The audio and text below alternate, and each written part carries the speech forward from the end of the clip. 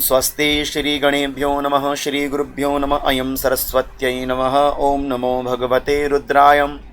आप समस्त शिव गण साधकों को प्रणाम। मैं पंडित गिरीशानंद शास्त्री आप सभी को प्रेम भरी ओम नमो भगवते रुद्राय।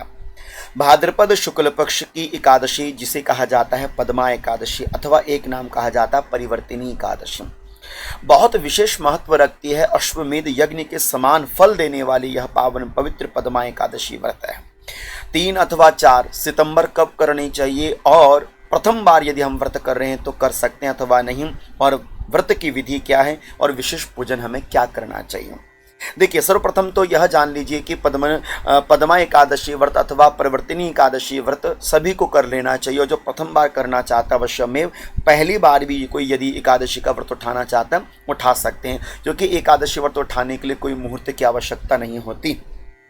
इसलिए आप अनुकूलताओं को देखकर एकादशी का व्रत धारण कर सकते हैं।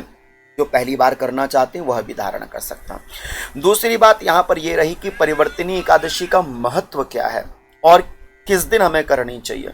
देखिए, सबसे पहले तो यह जान लीजिए कि जो परिवर्तिनी एकादशी है वह हमें 3 सितंबर अथवा 4 सितंबर कब करनी चाहिए, इसके विषय में थोड़ा सस्पेंस है।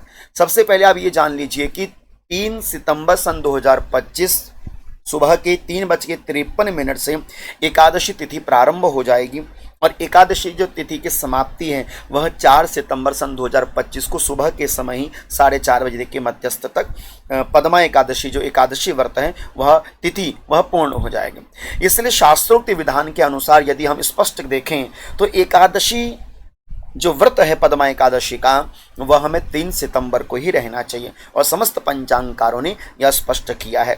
अच्छी बात है कि हम 3 सितंबर को पद्मा एकादशी का व्रत करेंगे, किंतु हमें पारण कब करना चाहिए, क्योंकि एकादशी में पारण का बड़ा महत्व होता है और समय अनुसार पारण करना चाहिए।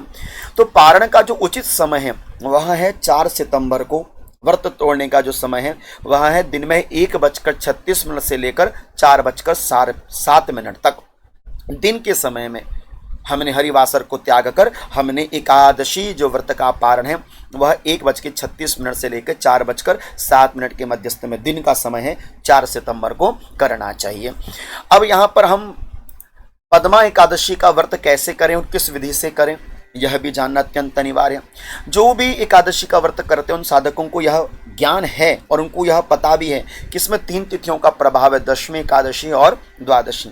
दशमी में एक समय का भोजन और दशमी में ही शुद्धता और दशमी में ही ब्रह्मचर्य का पालन होता है। एकादशी तिथि में प्रातः काल जल्दी जागकर सूर्य अर्घ्य देकर विशेष तुलसी पूजन किया जाता है, शालिग्राम भगवान का पूजन किया जाता है, निराहार रहा जाता है, किसी की निंदा नहीं, कोई चुगली नहीं, कोई छल नहीं, कोई कपट नहीं, माथे पर तिलक होना चाहिए और विष्णु सहस्त्र नाम का पाठ इत्यादि करना चाहिए। शालिग्राम भगवान का विशेष पूजन एकादशी व्रत में किया जाता है। परिवर्तिनी एकादशी इसलिए भी कहा जाता है पद्मा एकादशी को, क्योंकि कहा जाता है जब भगवान नारायण 4 माह के लिए पातालोक में शयन करने के लिए जाते तो प्रथम बार जब भगवान करवट बदलते वह दिन परिवर्तनीय एकादशी के नाम से ही जाना जाता है। तो इसलिए परिवर्तन भगवान करते हैं अपनी करवट पर, अपने शयन पर, तो इसलिए परिवर्तनीय एकादशी का भी बड़ा प्रभाव रहता है और व्रत करने वाले के जीवन में भी परिवर्तन आते रहते हैं। शुभ संकेत, शुभ चेतनाएं उसके जीवन में जागृत रहती हैं। इसलिए पद्मनी एकादशी का व्रत अथवा परिवर्तनीय एकादशी का व्रत कितना श्रेष्ठ कार्य है आप स्वयं समझ सकते हैं। और इसमें विशेष रूपेण वामन भगवान का पूजन किया जाता है, क्योंकि अगले दिन 4 सितंबर को वामन जयंती रहती है, क्योंकि भाद्रपद शुक्ल पक्ष की द्वादशी तिथि में भगवान वामन देव का अवतार हुआ था माता अदिति के गर्भ से। इसलिए वामन देव का पूजन विशेष रूपेण किया जाता है। और जो भी भक्त पद्मा एकादशी का व्रत करे उन्हें यह जानकारी होनी चाहिए कि इसमें भगवान के 10 अवतारों का नाम लेना चाहिए। मत्स्य कुर्म वराहस्य नारसिंहो वामनस्तथा रामो रामस्य कृष्णश्च बौद्धः कल्किस्तथैव च रामो।